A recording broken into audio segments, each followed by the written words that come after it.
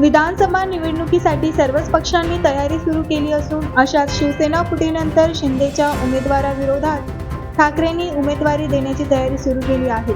अशात कर्जत मतदारसंघात शिंदेच्या महेंद्र थोरवे विरोधात ठाकरेंनी नितीन सावंत यांना तयारीला लागण्याचे आदेश दिले।